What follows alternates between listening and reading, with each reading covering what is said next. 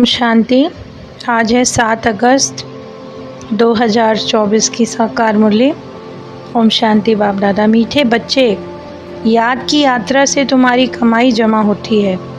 तुम घाटे से फ़ायदे में आते हो, विश्व के मालिक बनते हो। प्रश्न है, सत का संग तारे कुसंग बोरे। इसका क्या अर्थ है? जब बच्चों को सत का संग अर्थात बाप का संग मिलता है तो तुम्हारी चढ़ती कला हो जाती है, और रावण का संग यानी कुसंग, उसके संग से तुम नीचे गिरते हो, अर्थात रावण डूबोता है। बाप पार ले जाते हैं। बाप की कमाल है जो सेकंड में ऐसा संग दे देते हैं जिससे तुम्हारी गति सदगति हो जाए। इसलिए उन्हें जादूगर भी कहा जाता है। ओम शांति। बच्चे याद में बैठे थे, इसको कहा जाता है याद की यात्रा। योग अक्षर काम में ना लाओ। बाबा कहते हैं क्योंकि आत्माओं के बाप हैं, पिता हैं, उस परम पिता को याद करना है तो देह के संबंध छोड़कर एक बाप को याद करो। कहते भी हैं आप मुए मर गई दुनिया, यानी देह के सहित जो भी संबंध देखने में आते हैं अब उनको याद नहीं करो। बाप को याद करेंगे तो पाप जल जाएंगे। अब जन्म जन्मांतर की पाप आत्माएं तो सभी है ना। जब पाप कटकर पुण्य जमा होंगे, यानी बाप की याद से जो जमा होंगे, तो आत्मा में मन बुद्धि है। आत्मा को बुद्धि से याद करना है तो बाप कहते हैं तुम्हारे जो भी संबंधी हैं उन सबको भूलो, वे सब दुख देते हैं, पाप करते हैं, पाप कराते हैं। तो जो काम कटारी चलाते हैं दूसरा पाप क्या करते?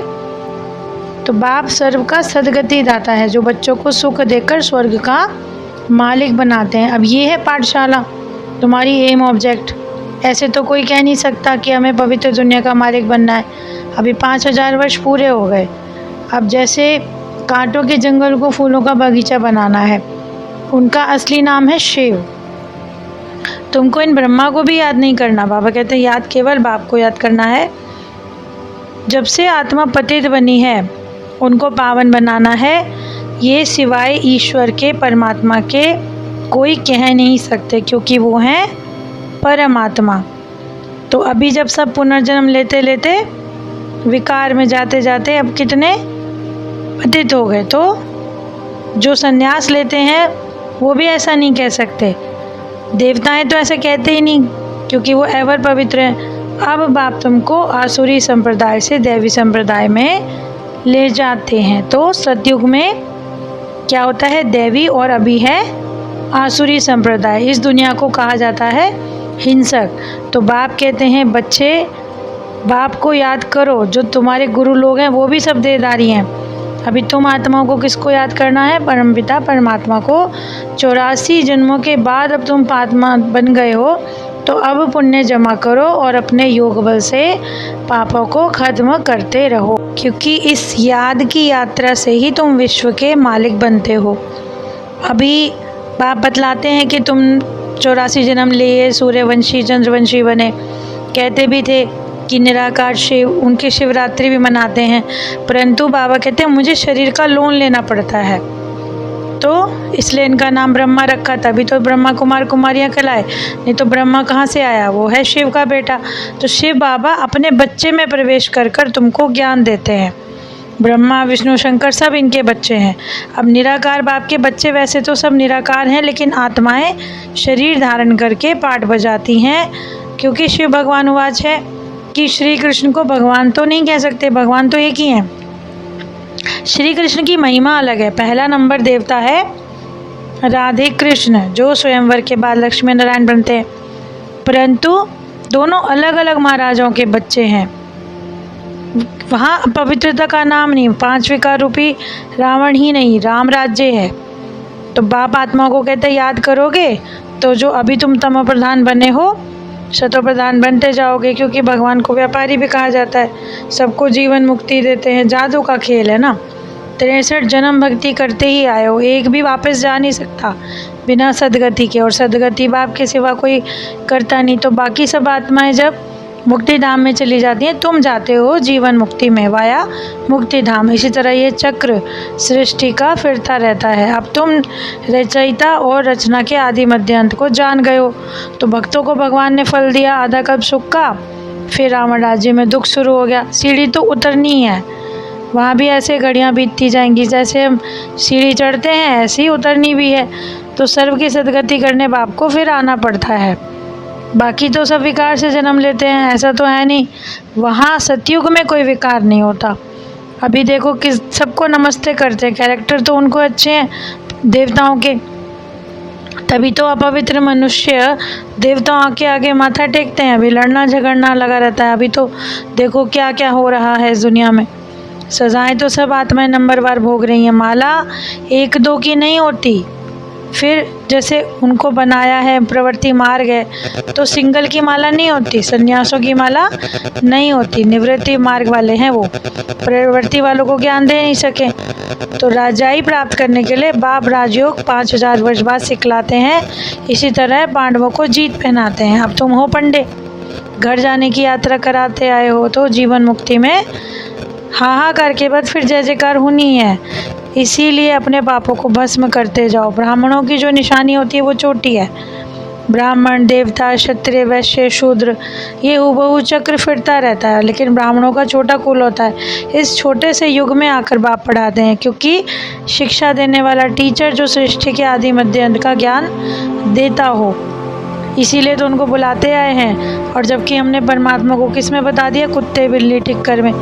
तो इसीलिए कहा जाता है रावण का संग दोष कुसंग बोरे, यानी संग तारे कुसंग बोरे। बाप आकर चढ़ती कला करते हैं। अब जब निराकारी दुनिया से सब आत्माएं वापस आ जाएंगी, तो इम्तिहान में नंबरवार पास होते जाएंगे।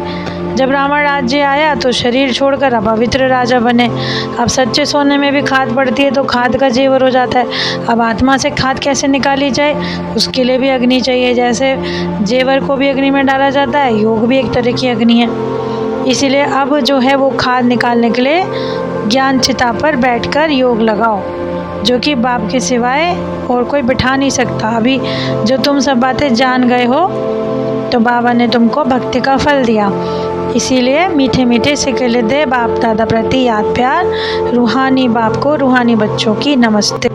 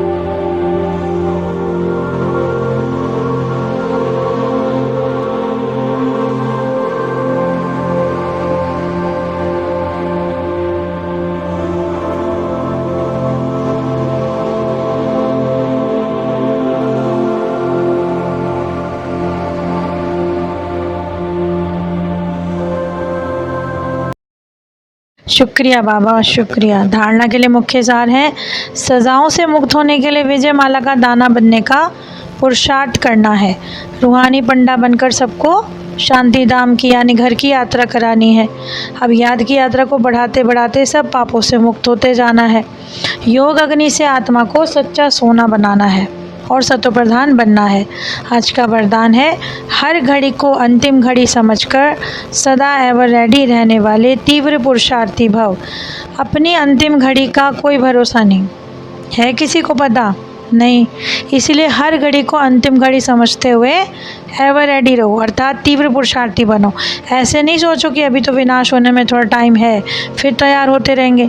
अब ये सोचो हर घड़ी अंतिम घड़ी है, सदा निर्मोही, निर्विकल्प, निर्व्यर्थ।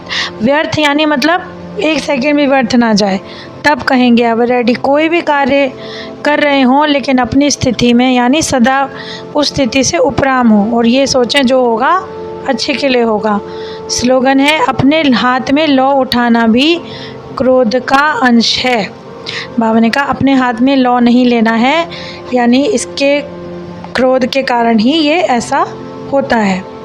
तो आज जीवन जीने की जो कला है हमारी मुरली के अनुसार, जो हमको बाबा ने सिखाई कि बच्चों तुम्हें अब सत्य का संग करना है। अब सत्य का संग माने एक बाप का ही संग करना है और उनका संग माने राजयोग, उनसे योग लगाकर अपने पापों को भस्म करना है। जो इतने जन्मों से हम पाप आदि करते आए हैं उसको भस्म करने के लिए योग अग्नि से उनको नष्ट करना है, तभी तो पावन बनेंगे और तभी सत्ययुगी दुनिया में चलने लायक बनेंगे।